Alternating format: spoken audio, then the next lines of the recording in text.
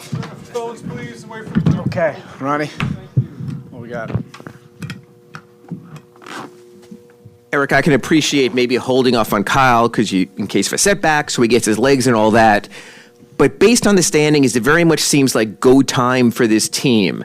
So when it comes to getting maybe, I don't know if you're going to say preferred lineup or just getting Kyle out there in the starting lineup, what's the thought process, risk reward, risking a setback versus the way the standings are right now? Well, the idea was to scale him up, and I clearly did not do that.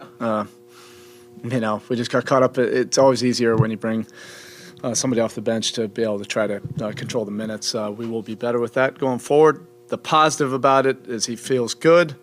Want to just keep him progressing there, but we don't want to continue to play 36 minutes just for this short term and see how his body responds to that.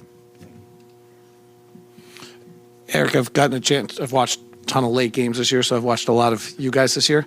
It's super interesting to me how you kind of evolve what you're going to late in games. How do you decide, do you do it for periods of time where you try certain sets and certain things and then move to the next thing? Or how do you evolve throughout a season of what your go-to late game sets are?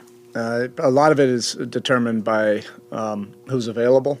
And then for that period of time, whatever we feel like gets the guys most comfortable, most confident, where they can play to their strengths and we can be efficient during those key moments down the stretch. And this year we probably have had more practice with it than we ever have, because of all these close games. That is a positive.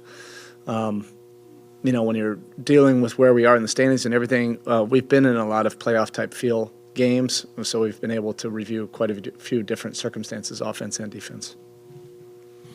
One more question about Kyle in the sense of when you have him back, and I don't know if that's in this mode or, in the first five, but back without any real restraint, the key components emerge almost immediately every time he steps on the floor. Is that your feeling? Yeah, and look, we want to be, vigilant about this. We want to be smart about it. We want to set him up for success moving forward. We're living in the present moment right now. I'm not even thinking about what this could look like in 2 weeks, in 3 weeks. I just know what it's going to look like tonight, and I'm going to do a better job of it tonight than I did in Orlando. But you can see what he brings, and it's what our team needs right now.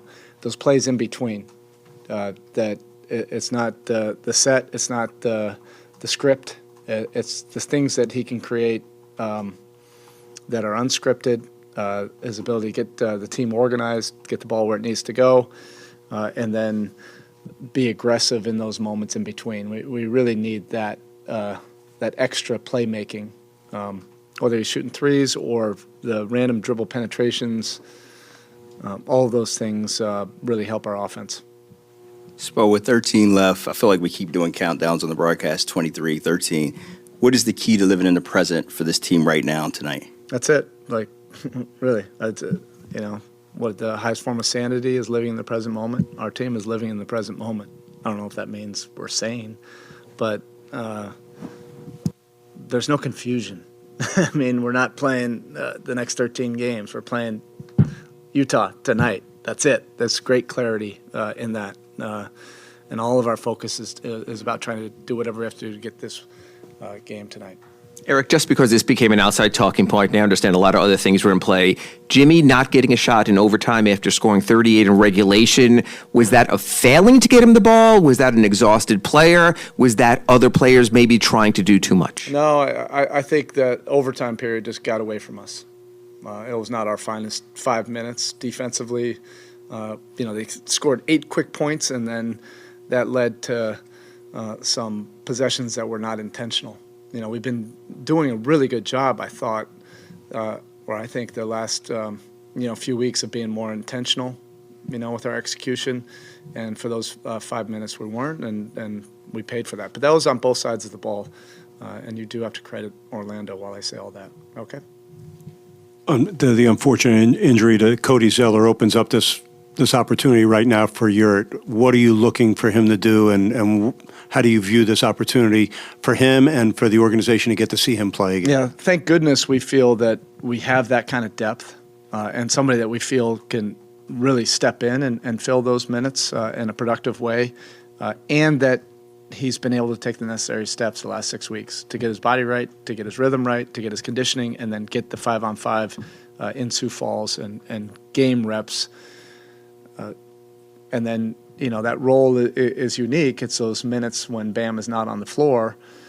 So there's shorter pockets where you can just focus on 3 or 4 minutes of playing it hard, playing it efficient, and laying it all out there. And he's ready, for those minutes right now.